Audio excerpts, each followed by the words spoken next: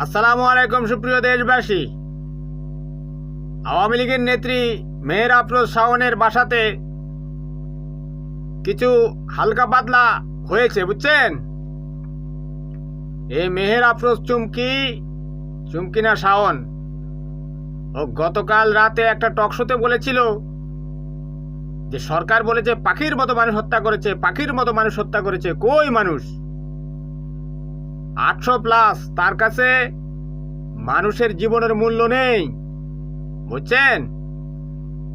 সে বলল 2000-এর উপরে মানুষ কই গেল?